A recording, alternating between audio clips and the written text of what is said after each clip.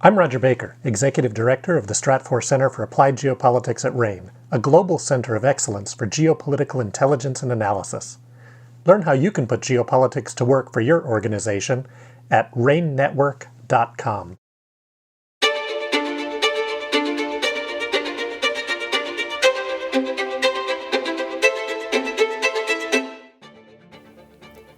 Welcome to RANE's Essential Geopolitics podcast. I'm Ryan Bohl, a senior Middle East and North Africa analyst here at the RANE Network. India's military is one of the largest in the world, with some 1.4 million troops, but its forces remain reliant on older weapon systems, particularly from the former Soviet Union, that have caused accidents and raised questions about its military readiness against its neighbors, especially its longtime rival Pakistan and, increasingly, China. Here today to talk about India's military modernization efforts is Ekta Raghuwanshi, a South Asia analyst here at RANE. Ekta, thanks for joining me. Hello, Ryan. Glad to be here with you today. So let's start off with our basics. We know that India's armed forces are reliant on some of these very old Soviet systems, but can you tell us broadly about what their defense reforms are aiming for and how they're trying to accomplish it? Oh, yes. Glad to talk about it. So, India is currently into this phase of military modernization, so to speak, and these defense reforms can be very broadly divided into two categories. One is the structural and the organizational reforms, and the second one is the industrial reforms. Just to talk about the structural reforms, India has, like any other military, three major services: the Army, the Navy, and the Air Force. They are now working towards integrating all three services, like major militaries in the world, like the US, like China has, like France has. India doesn't yet have it. So they are trying to structurally reorganize these three services into one integrated theater command and have different theater commands depending on what they need geographically and depending on the geopolitical and security challenges. The second set of reforms are very, very broadly industrial. India wants one, you very clearly highlighted that India is reliant on old weapon systems from the Soviet Union. So India wants to develop a manufacturing industry in India itself. So there is a whole focus on indigenization of weapon systems in India, one, and secondly, diversification of partners from which India gets its weapon systems. So India is completely very much reliant on on Russia still, and it wants to diversify from Soviet Union and try to get access to products from other regions of the world, other countries, to just reduce its risks that way. So we can just broadly say that India wants to modernize its systems and modernize also how its services operate to counter the threat that it thinks it has in this current geopolitical context. Well, let's talk a little bit about those threats. So what is driving these reforms? What specifically does India believe, what kind of combat missions or wars does India believe it needs to fight that would drive these kind of modernization reforms? And is there a political angle to this? You mentioned that this is about diversification. Is there a reason that this current Indian government is trying to push modernization at this time? Yes, we can very clearly, highlight one specific incident about why India is driving this reforms now. We all know about the India-China skirmish, the border clash that happened in May 2020 in Galwan, where a few of the Chinese troops died and Indian troops died as well. This broke the status quo on the India-China border, which is disputed, which was still silent and peaceful for about 40 years in the past. So that was a big moment in India's history where the government then thought it needs to reanalyze how its military is stationed on the India-China border especially.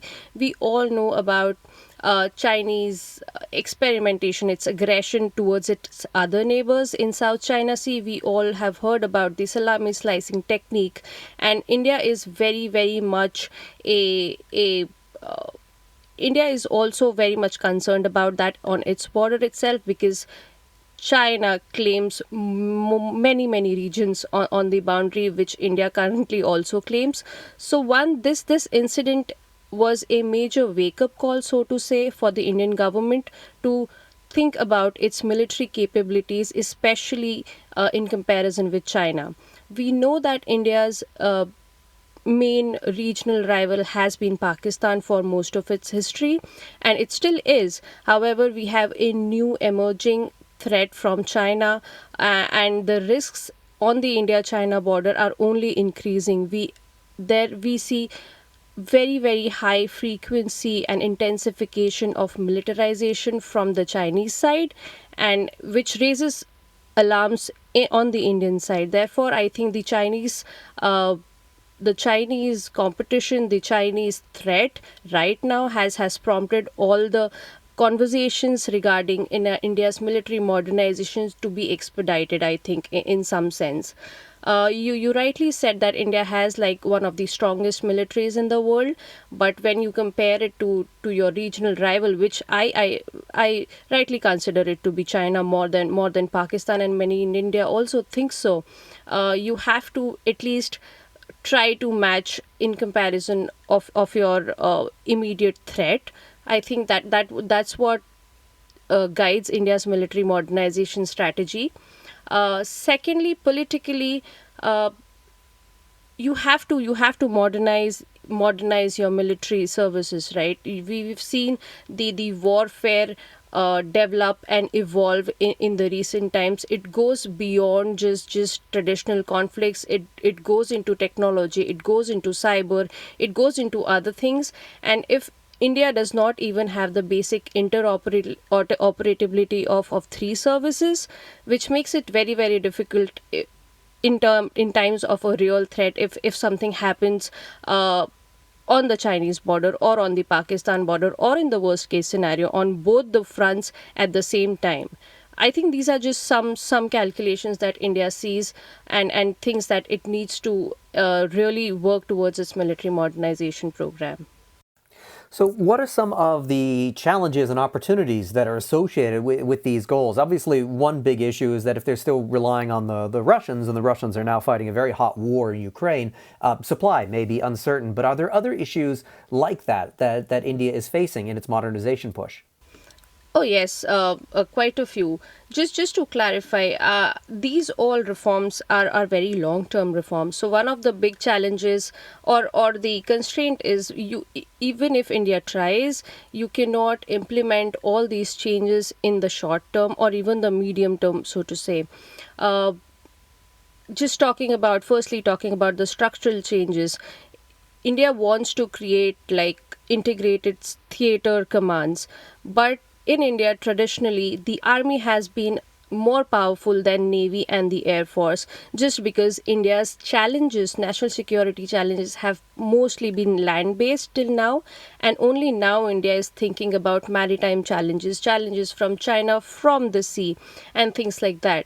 So there has to be a very big attitudinal shift in Indian services, in the leaders of army, navy, and the air force, to give up their own thinking, give up how they operate in their own isolated spaces, and come together and formulate a plan, a unified plan for this inter-service uh, theater commands to work. So there is one a very basic issue of getting everybody together, and making sure that no service feels like they are a subordinate to other service. That's a major thing that India has to work on. Also, in terms of structural changes, I think funding in India has been a very big issue. Although we see that in every budget, India allocates more and more money towards defense, either be it procurement or be it industrial reforms or things like that. However, it still falls a lot shorter than what its rivals like China does. India does not even spend about 3% of its GDP for its defense sector, which I think its goal is, but it has not been able to do it. And whatever spending goes into the defense sector, also most of it goes into salaries or pensions or things like that. So there is very little less for procurement or to try new things, new technologies, and develop its own industry at home. These are just some basic challenges when we talk about structural reforms. And coming to the industrial reforms, India wants to diversify from Russian arms systems because the arms that China has are much more modern. They're much more faster. It has a lot of them also. But diversification in India's case is very, very difficult. One, because Russian systems are not easily interoperable with the Western systems. India has new suppliers like the US, Israel. It has supplies from France also, but you cannot easily integrate this into your already existing systems, which work on completely different technologies, which work differently. So just the training, the interoperability of all these systems will take much more time than we would like to think. These are just some basic constraints that I think India will have in its military modernization, which will then let all these which will lead to a very slow implementation of all these reforms, because there are many issues in structural and even in industrial production. All right. Well, it's obviously a very important military story and a strategic story for the subcontinent as well as East Asia and, well, plenty of other actors involved in India's military modernization program. Thank you for joining me, Ekta. Thank you, Ran. Understanding geopolitics is critical to future planning, whether you run a multinational conglomerate or you're planning a trip to a place you've never been. RANE offers businesses a complete geopolitical intelligence solution with worldview for enterprises. Our app delivers forward-looking enterprise-level analysis and tools that enhance your ability to understand what happens next. Learn more about RANE's geopolitical intelligence solution at ranenetwork.com. That's RANE network.com. I'm Ryan Bohl. Thanks for listening.